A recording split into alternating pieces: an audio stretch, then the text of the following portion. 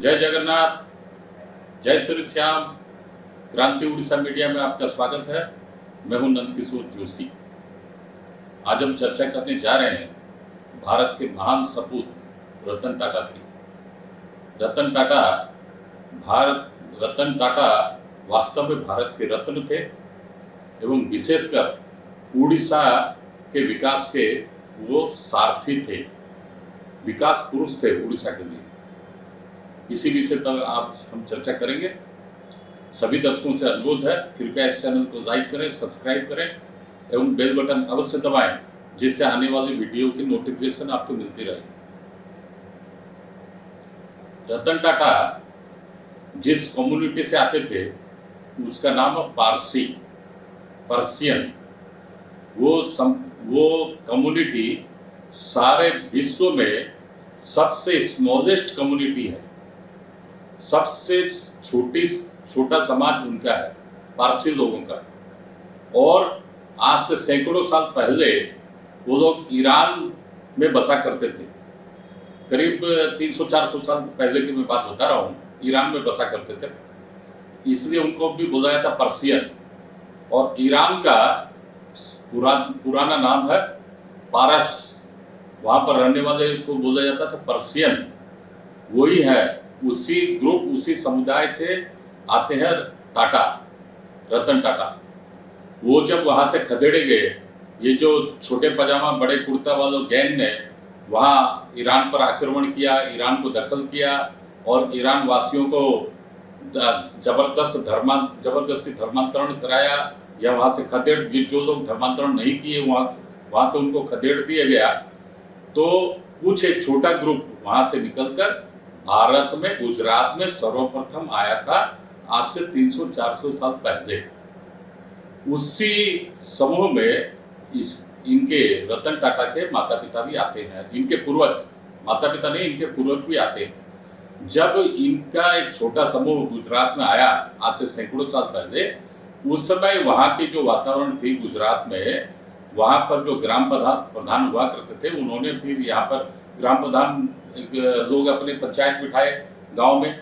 और गांव में ये बहुत बड़ी चर्चा का विषय रहा कि कोई विदेश से आया है और यहाँ पर हमारे गांव में डेरा डाल के रखे हुए। तो इन्होंने, गांव वालों ने अपनी सभा की कि इसका प्रतिकार कैसे किया जाए, कैसे इस बड़ी समस्या का समाधान किया जाए। तो सभी ने तय किया कि एक बार शांति से बात किया जाए इन समुदाय के लोगों से। तो ग्राम प्रधान के नेतृत्व में गांव के बुजुर्गों ने इनके समूह के पास जाकर गांव में चर्चा की, इनके आने का कारण पूछा। तब उस समय ये जो ग्रुप टूट के आया था ईरान से, उस समय उस ग्रुप के जो मुखिया थे, उन्होंने बोला कि भाई साहब, हमारे लिए आप चिंता मत करो, हम लोग जैसे दूध में पानी मिल जाता है, हम लोग वैसे नहीं मिलेंगे। हम लोग दूध में शक्कर, मतलब चीनी जैसे मिल जाएंगे, और हम लोग मिठास देंगे। आप लोगों को भी मिठास का आनंद आएगा। हम लोग कोई आपके पीछे या आपका कोई हक छीनने या आपका हक मांगने नहीं आए यहाँ पर। हम लोग तो नसीब के मारे वहाँ से निकाले गए हैं और जान बचाकर यहाँ पर आए हैं। लेकिन आप बेफिक्र रहिए, हम लोग यहाँ पर कोई तकलीफ आपको नहीं देंगे, उल्टा हम लोग आपके काम में सहयोग देंगे और यहाँ के विकास के काम में भी सहयोग देंगे। और वास्तव में जो इनके पूर्वज आज से सैकड़ों साल पहले ईरान से भागकर गुजरात में आए थे और जो शब्द उन्होंने बोला, आज 100% वो शब्द सही निकलते दिखाई दे रहे हैं, प्रमाणित हो गए। अब मैं एक एक करके छोटी छोटी बातों, 2-4 बातें बताऊंगा आगे। टाटा एडमिनिस्ट्रेटिव सर्विस, ये टाटा पिछले 100-125 साल से भारत का इतना बड़ा ब्रांड बन गया है कि इसके सामने बड़े बड़े ब्रांड फेल हो गए। आज एक जमाना था ब्रिटिश इंडिया के समय और ब्रिटिश इंडिया के तुरंत बाद टाटा बिरला, भारत के औद्योगिक घरानों में केवल 2 ही नाम चलते थे, बड़े नाम, एक टाटा और दूसरा बिरला। आज तो अवश्य टाटा बिरला का नाम थोड़ा पीछे हो गया है, आज अंबानी अदानी का नाम आगे चल रहा है, टाटा बिरला का नाम पीछे हो गया है। इनके पीछे बहुत सारे कारण हैं।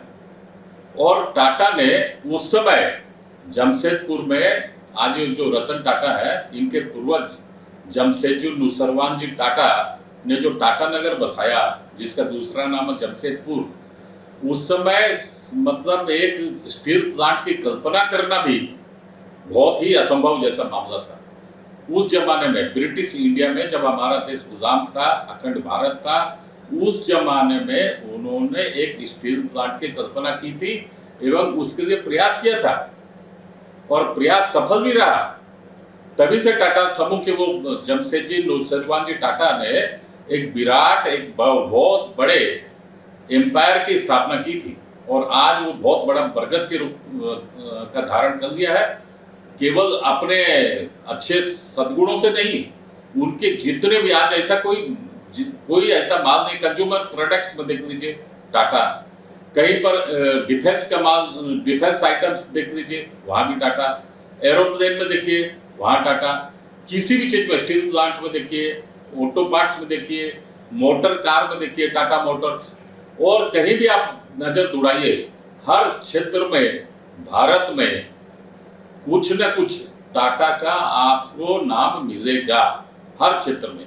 और टाटा का नाम ही बहुत बड़ा विश्वास की गारंटी है, बहुत बड़ी इमेज है टाटा की। इसका एक मैं बहुत बड़ा उदाहरण बताता हूँ, टाटा एडमिनिस्ट्रेटिव सर्विस। ये टाटा एडमिनिस्ट्रेटिव सर्विस जो है भारतवर्ष में, जो भारत सरकार की जो एडमिनिस्ट्रेटिव सर्विस है ना, इंडियन एडमिनिस्ट्रेटिव सर्विस IAS, उससे भी कहीं ज्यादा पावरफुल समझिए, उससे भी कहीं ज्यादा इमेज इसकी है टाटा एडमिनिस्ट्रेटिव सर्विस की। जो लोग यहाँ तक कि हमारे देश में सैकड़ों लोग युवा ऐसे हैं कि टाटा एडमिनिस्ट्रेटिव सर्विस में फेल होकर, एग्जाम में फेल होकर वो IAS जाकर IAS नौकरी में कामयाब हुए, सफल हुए। लेकिन प्रथम दृष्टिया, प्रथम चरण में टाटा एडमिनिस्ट्रेटिव सर्विस में वो लोग फेल हो गए।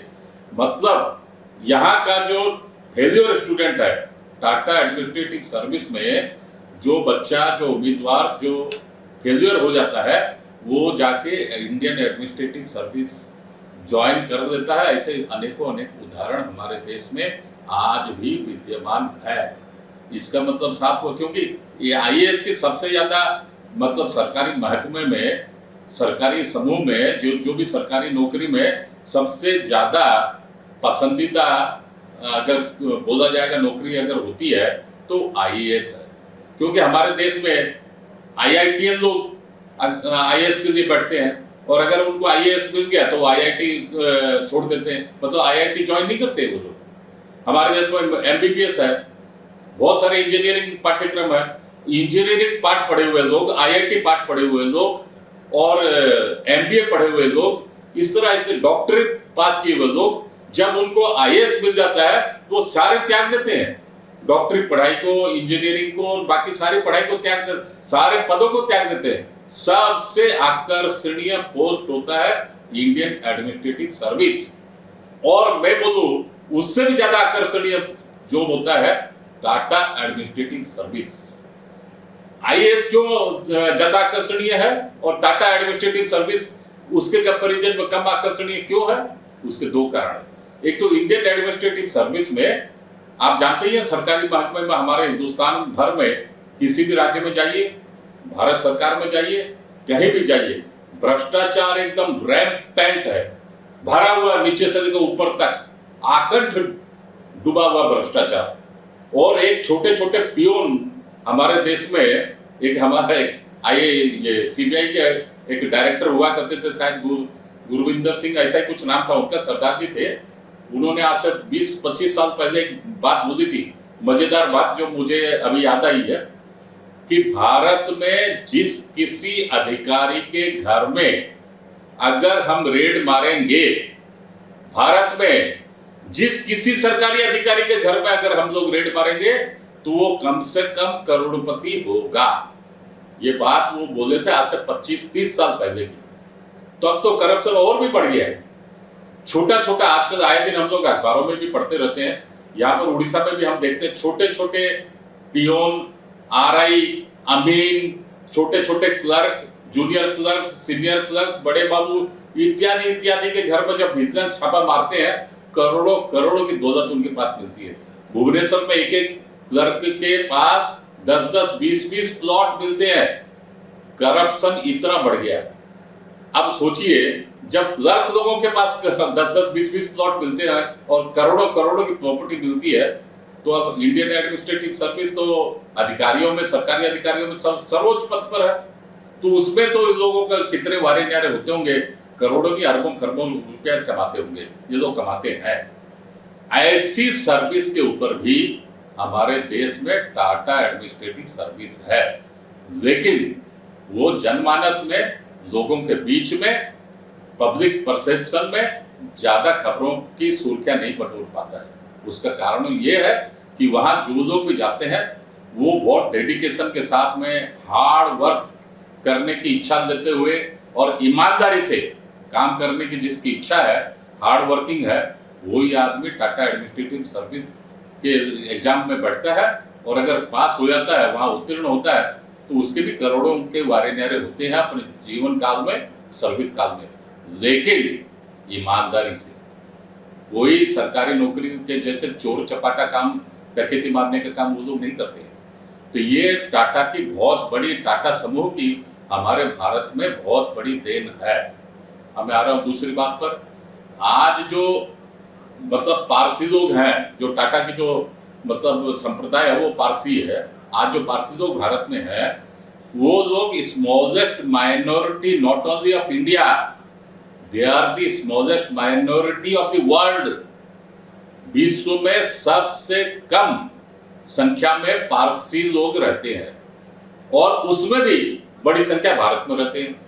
अब देखिए, सबसे कम वो हमारे देश में माइनॉरिटी है, लेकिन कभी किसी माइनॉरिटी कमीशन में कभी इनका नाम आया?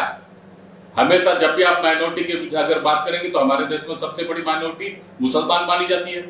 जो भी सरकार अगर केंद्र में आए, स्टेट में आए, कुछ भी करे, तो उसका लॉयंस शेयर जो भी सरकार देती है, उसका सबसे बड़ा हिस्सा जाता है मुसलमानों को, दूसरे पे क्रिश्चियन लोगों को। वही लोग सबसे, माइनॉरिटी कमीशन के चेयरमैन भी आज तक हमारे देश में जितने भी हुए हैं, शायद 90-95% माइनॉरिटी कमीशन के चेयरमैन हमेशा मुसलमान लोग हुए। आज तक भी पारसी लोग कभी माइनॉरिटी कोटा या माइनॉरिटी कोटे के अंदर में कोई सर्विस कभी सुने नहीं हम लोग। क्यों भाई? वो लोग क्या माइनॉरिटी सबसे कम संख्या तो उन्हीं की है हमारे देश में या सारी दुनिया में, लेकिन कभी भी सरकारी नौकरी के लिए, जॉब के लिए कहीं कोई अप्लाई नहीं करते, कहीं कोई लाइन में नहीं खड़े होते। उल्टा वो लोग क्या है, जॉब क्रिएटर है, जॉब टेकर्स नहीं है, जॉब क्रिएटर, जॉब प्रोड्यूसर है। और हमारे देश में ये पारसी लोग बहुत सारे, इनके अगर हम लोग देखें तो अनेकों बहुत बड़े बड़े काम इन्होंने किए। टाटा समूह का तो मैं बात बता रहा हूँ, अब एक दो छोटी छोटी बात और बताऊंगा। फारूक इंजीनियर, मैं जब स्कूल में पढ़ता था, वो संभव, हाँ स्कूल की बात है, उस समय क्रिकेट में सबसे बड़ा चमकता सितारा था फारूक इंजीनियर, और वो विकेट कीपर थे और बहुत अच्छे बैट्समैन थे, वो भी पारसी थे। इसके अलावा होमी जहांगीर भाभा हमारे देश के सबसे बड़े एटॉमिक साइंटिस्ट हुए। दुर्भाग्य से उनकी असमय मौत हो गई है, और ऐसे सुना जाता है कि उस समय की जो तत्कालीन कांग्रेस सरकार थी, वो मतलब उसमें उनका भी हाथ था उनको हत्या कराने में, विदेशी ताकत के इशारे पर, जो भी है। तो मतलब ये तो मैंने एक दो उदाहरण आपके सामने रखे, ऐसे बहुत सारे उदाहरण हैं जिन्होंने हमारे सबसे कम संख्या में होते हुए भी भारत में इनका योगदान काफी है, काफी महत्वपूर्ण योगदान है। अब मैं आ रहा हूँ एक दो बात और को लेके। टाटा जो है, रतन टाटा बहुत बड़े एनिमल लवर हैं। ये जब गोवा गए थे, वहां से एक कुत्ते को लेके आया था अपने साथ, और कुत्ता इनके साथ इतना घुल मिल गया था, उसका नाम उन्होंने गोवा रखा। और बड़ी मजेदार बात यह है कि ब्रिटिश साम्राज्य में इनको एक बार एनिमल लवर के नाम में और ब्रिटिश में जो योगदान के नाम, क्योंकि वहां पर जो लैंड रोवर और जागुआर, दो बड़ी बड़ी कार के ब्रांड को इन्होंने खरीदा इंग्लैंड में, और इंग्लैंड में ही उसको चलाया। भारत में भी चल रही है, तो सारी दुनिया में भी चल रही है, लेकिन इंग्लैंड में पहुंचकर इंग्लैंड की दो बड़ी बड़ी कार ब्रांड को खरीदकर वहां बहुत सक्सेसफुली रन किया। जो इंग्लैंड की कंपनी नहीं चला सकी थी, उसको टाटा ने दो ब्रांड खरीद कर वहां चला के दिखाया, और वहां से दुनिया भर में एक्सपोर्ट भी होता है। वैसे स्टील प्लांट में कोरस नाम के स्टील प्लांट इंग्लैंड में उसको भी टेक ओवर किया, वो भी बहुत सक्सेसफुल चलता है। तो मतलब इससे खुश होके इंग्लैंड के राजा ने एक बार इनको निमंत्रण दिया था कि भैया आप हमारे देश में आओ, आपका हम सम्मान करेंगे। जिस दिन सम्मान होने की बात थी उस दिन इनका प्यारा कुत्ता बहुत स्वामी भक्त होता है, बहुत वफादार होता है, इनके कुत्ते की अचानक तबीयत खराब हो गई और ये अपने कुत्ते की तीमारदारी में लगे रहे और उसको छोड़ के इनकी जाने की इच्छा नहीं हुई। जब जाने की इच्छा नहीं हुई तो खबर पहुंची वहां पर इंग्लैंड के राजा के पास कि भाई वो तो रतन जी टाटा जो है वो बॉम्बे से हिंदुस्तान से आ नहीं रहे हैं, कारण ये है कुत्ते की तीमारदारी में लगे हुए। वो भी बहुत सुन के तो उनको भी बड़ा दुख लगा कि जिनको आप बुलाए हैं इनाम देने के लिए वो ही नहीं आए। लेकिन बाद में उन्होंने खुशी भी जाहिर की कि वास्तव में टाटा का इस विशाल हृदय है और वे मनुष्यों को तो छोड़िए, वो जानवरों से भी बहुत अच्छा प्यार करते हैं। ये इसी हिसाब से मैं अगर कहूँ तो बहुत सारी बातें हैं। तनिष्क देखिए, टाइटन देखिए, टाटा स्टील प्लांट देखिए, ये सब अगर गिनाऊंगा तो असंख्य बातें हैं। मैं अब उड़ीसा की बात को फोकस करूंगा उड़ीसा पर। उड़ीसा में टाटा समूह का बहुत बड़ा योगदान है। चंद बातें, दो चार बातें मैं उड़ीसा संबंध की बताऊंगा। कलिंगानगर जो जाजपुर डिस्ट्रिक्ट में है कलिंगानगर, वहां पर इन्होंने एक स्टील प्लांट किया है। मतलब शुरू से लेकर अभी तक 1 लाख करोड़ रुपया का इन्होंने करीब करीब वहां इन्वेस्टमेंट कर दिया और उड़ीसा के इंडस्ट्रियल विकास में एक बहुत बड़ी मील का पत्थर साबित हो रहा है। इसके अलावा पीवी नरसिम्हा राव जब हमारे देश के प्रधानमंत्री थे, उनके साथ में ये आए थे बरहमपुर, और बरहमपुर में इन्होंने आधारशिला रखी थी नरसिम्हा राव के जमाने में, और वो SEZ स्पेशल इकोनॉमिक जोन की वहां पर इन्होंने आधारशिला रखी थी और उड़ीसा गवर्नमेंट ने इनको जमीन दी और वहां पर अभी टाटा टी, टाटा कॉफी का पैकेजिंग भी काम चल रहा है और भविष्य में और भी काम चलने की संभावना है। धामरा पोर्ट जो हम लोग सब जानते हैं, धामरा पोर्ट जो भद्रक डिस्ट्रिक्ट में आता है, वो धामरा पोर्ट टाटा समूह, टाटा ग्रुप और L&T दोनों ने 50-50 जॉइंट वेंचर बेसिस में डेवलप किया था, बनाया था। वो आज अवश्य अदानी ग्रुप को चला गया है। इसके अलावा एक और पोर्ट इन्होंने डेवलप किया, अभी डेवलपिंग में चल रहा है बालेश्वर डिस्ट्रिक्ट में सुवर्ण रेखा नदी के ऊपर, वो भी काम तेजी से प्रगति पर है। गोपालपुर पोर्ट में भी इनकी हिस्सेदारी रही है। इसके अलावा अनेकों आप देखेंगे यहाँ पर, ये जो ढेंकानाल डिस्ट्रिक्ट में मेरा मंडली में जहाँ भूषण स्टील प्लांट था, उसको वो तो सिक इंडस्ट्री हो गई थी, उसको ये लोग टेक ओवर किए और वहां पर और एक भी प्लांट को ये टेक ओवर किए। इस तरह मैंने अभी आपको संक्षिप्त बात बताई।